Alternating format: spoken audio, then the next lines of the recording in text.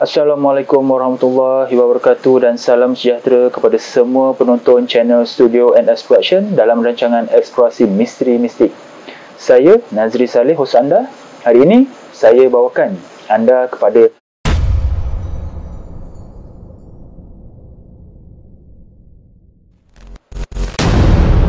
sumber maklumat yang kami perolehi dari kaedah ilmu kebatinan secara Islam, iaitu Al-Haq.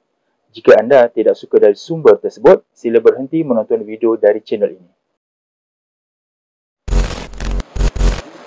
Sebelum saya teruskan video ini, bantu saya dengan tidak skip iklan ketika menonton video di channel ini.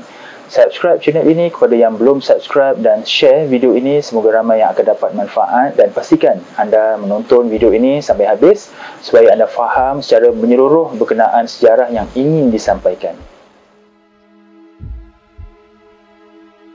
Di awal abad ke-19, telah berlaku beberapa perkembangan baharu dalam politik Johor yang memberi kesan jangka panjang yang kekal ke atas kedudukan Muar. Pemangkatan Sultan Mahmud Shah III yang memerintah kerajaan Johor Riau Lingga dalam tahun 1812 telah menimbulkan masalah penggantinya yang berlarutan di antara anaknya Tengku Abdul Rahman dan Tengku Husin.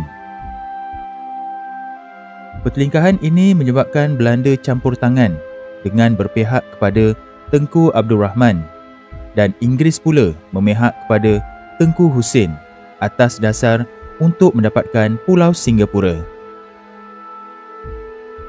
Usaha Inggeris ini mendapat kerjasama dan sokongan yang kuat dari Temenggung Johor, Temenggung Abdul Rahman, yang pada masa itu diam di Singapura.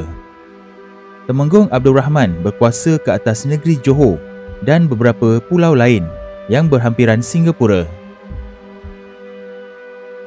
Oleh itu, Sultan Husin telah bersemayam di Singapura dan Sultan Abdul Rahman pula bersemayam di Lingga.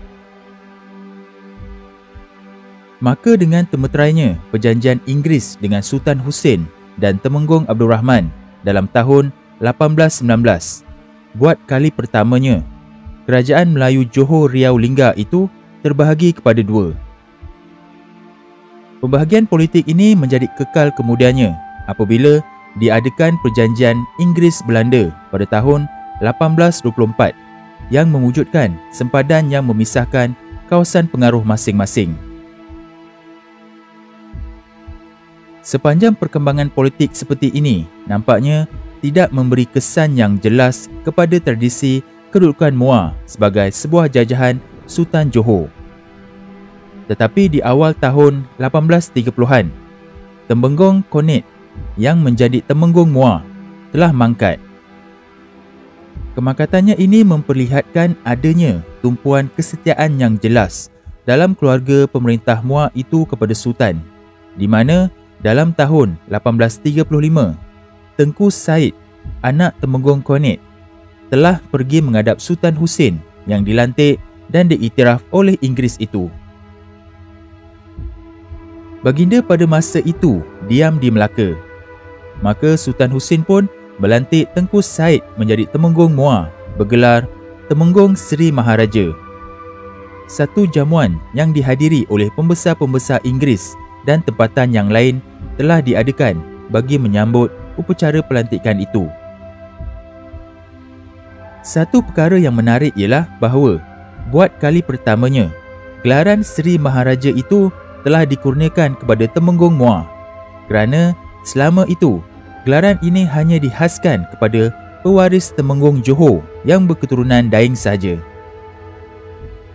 Tiap-tiap tahun, Temenggung Said memungut cukai-cukai diraja yang dikenakan ke atas penduduk-penduduk tempatan dan menghantarnya kepada Sultan. Ini jelas adanya tumpuan kesetiaan dalam keluarga pemerintah Muar itu kepada Sultan. Menjelang pertengahan abad ke-19, beberapa perkembangan baru telah mengenengahkan peranan yang dimainkan oleh jajahan Muar dalam politik Johor. Sultan Husin telah mangkat dalam tahun 1835 dan meninggalkan puteranya Tengku Ali yang masih terlalu muda, berumur 11 tahun.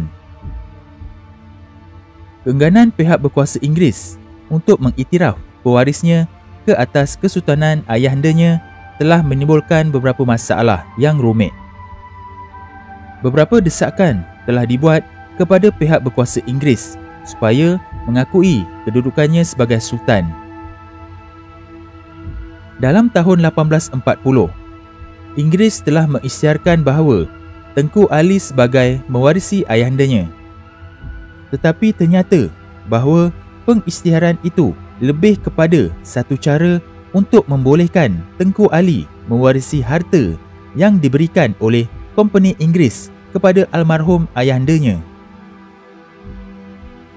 Di samping itu, Temenggung Ibrahim yang telah menggantikan ayahnya, Temenggung Abdul Rahman Johor semenjak tahun 1825 lagi telah berjaya memperteguhkan kedudukannya sebagai pemerintah de facto Johor.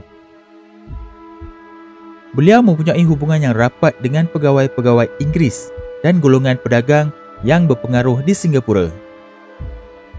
Kejayaannya menolong menumpaskan lanun-lanun di sekeliling pantai Singapura telah mendapat penghargaan tinggi dari pemerintah Inggeris sendiri. Ekonomi negeri Johor telah semakin bertambah maju.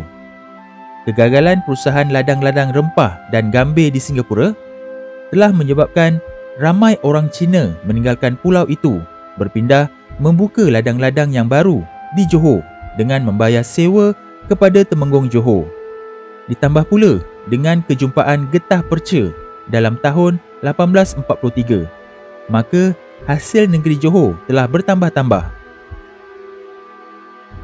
Keadaan seperti ini telah menggalakkan Tengku Ali untuk terus membuat desakan-desakan supaya diakui sebagai sultan pula oleh Inggeris supaya dapat turut serta menikmati hasil-hasil negeri yang semakin bertambah. Dari segi kepentingan Inggeris, keadaan sekarang itu adalah sangat berbeza dengan keadaan dalam tahun 1819. Sultan Husain telah diwujudkan oleh Inggeris semata-mata untuk satu tujuan, iaitu untuk mendapatkan Pulau Singapura.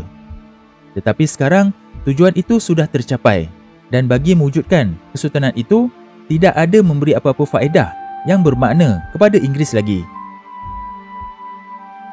Pihak Inggeris keberatan untuk mengiktiraf Tengku Ali sebagai sultan. Beberapa perkembangan baru yang berikutnya telah menghasilkan satu penyelesaian melalui perjanjian 1855 di antara Temenggung dan Sultan Johor. Dengan perjanjian ini, Tengku Ali telah diisytiharkan di Singapura pada 10 hari bulan Mac 1855 sebagai Sultan Ali Iskandar Shah Johor. Tetapi pengisytiharan itu merupakan satu penghormatan yang kosong belaka kerana berdasarkan perjanjian tahun 1855 itu, hak dan kedaulatan negeri Johor untuk selama-lamanya terserah kepada Temenggung Johor dan keturunannya turun-temurun. Maka setelah 20 tahun ayahandanya mangkat dan bertahun-tahun berjuang, Tengku Ali hanya berjaya mendapatkan gelaran Sultan Johor yang kosong.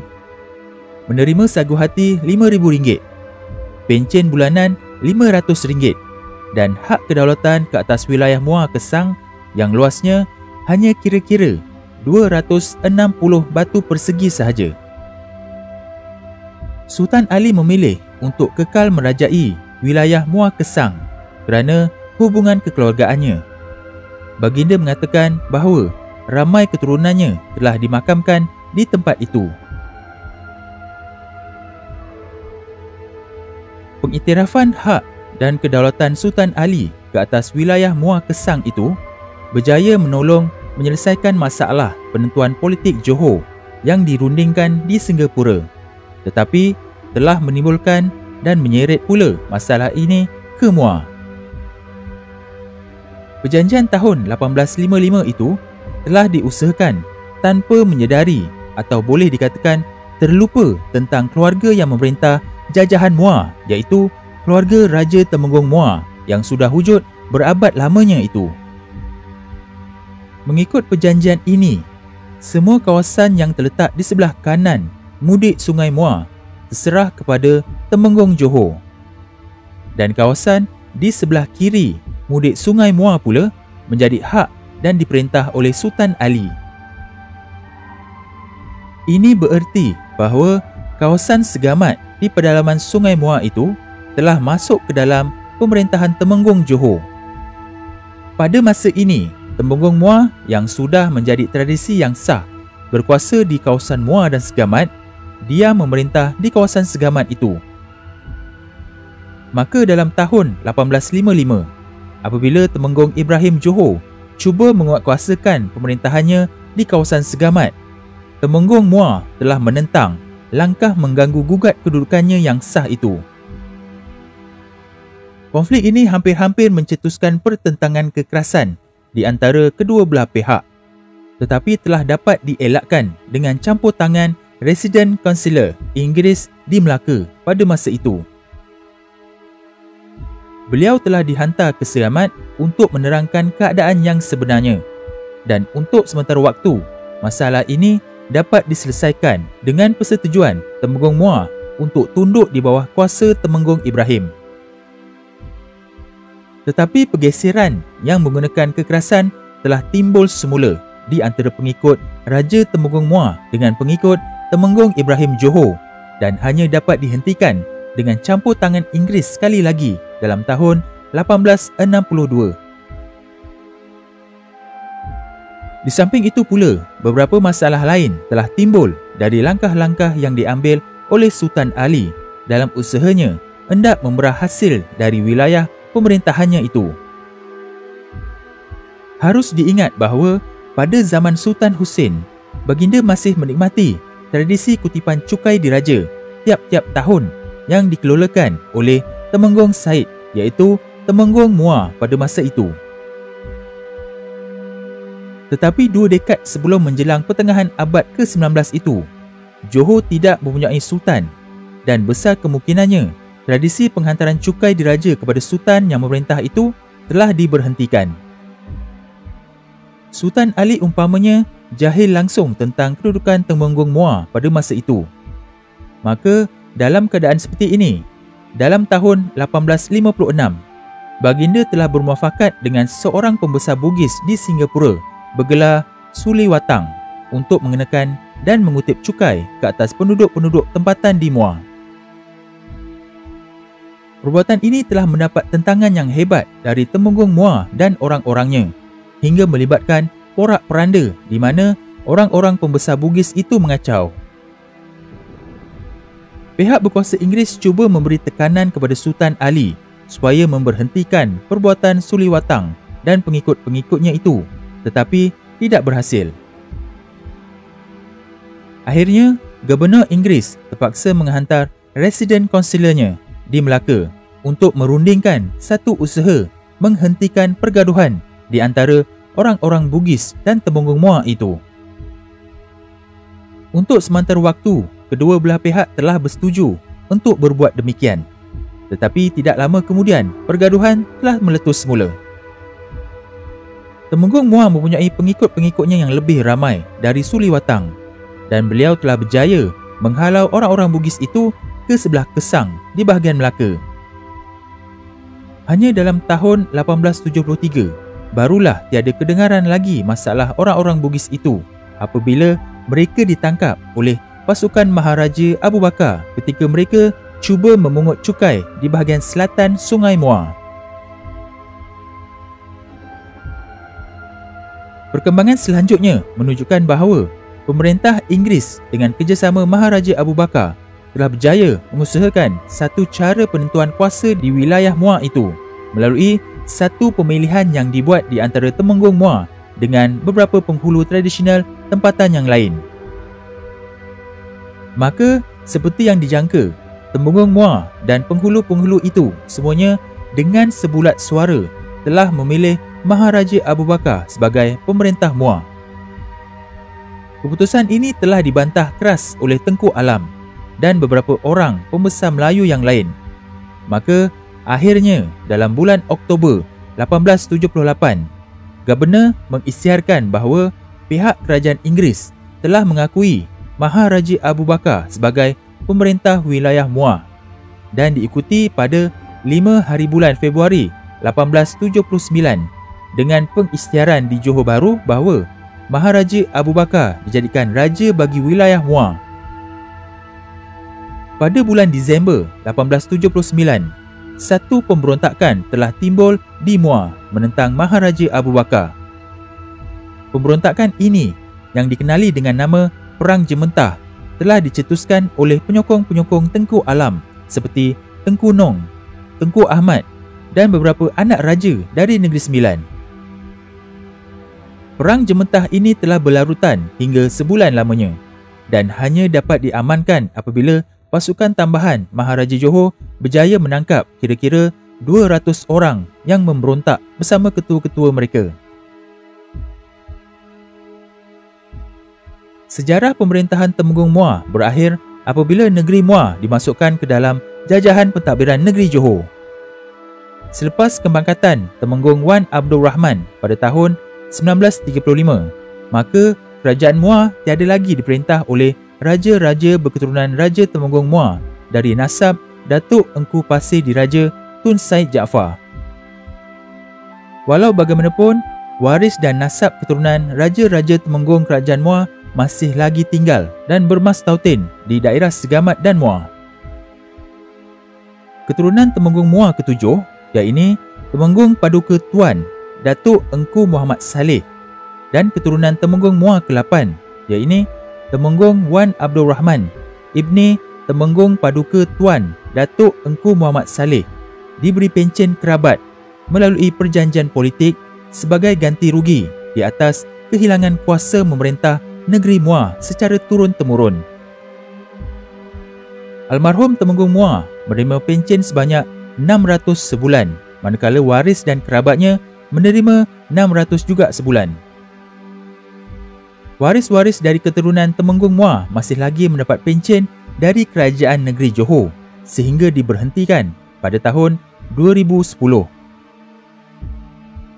Pada tahun 1922, gelaran Raja Temenggung Muar telah dihapuskan sama sekali pada zaman pemerintahan almarhum Sultan Ibrahim Ibni almarhum Sultan Abu Bakar. Dan selepas itu hanya menggunakan nama Temenggung Johor sahaja, di mana putera almarhum bernama Tengku Ahmad telah digelar Tengku Temenggung Johor.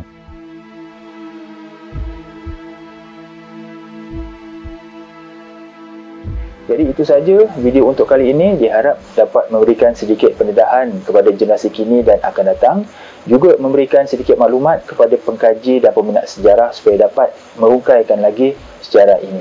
Jangan lupa sertai ahli member channel Eksplorasi Misteri Mistik ini dengan klik pada butang join di bawah video ini atau klik link pada ruangan description. Terdapat 4 pilihan peringkat package yang disediakan. Untuk penerangan lanjut, sila klik join sekarang dan anda akan dibawa kepada video penerangan berkenaan package-package tersebut. Anda juga boleh bantu saya dengan membeli baju Eksplorasi Misteri Mistik ini di Shopee untuk saya mengumpul sedikit dana bagi meneruskan rancangan Eksplorasi Misteri Mistik ini. Tanpa sokongan anda sukar untuk saya teruskan program ini. Dapatkan maklumat lanjut berkenaan pembelian pada bahagian description di bawah video ini.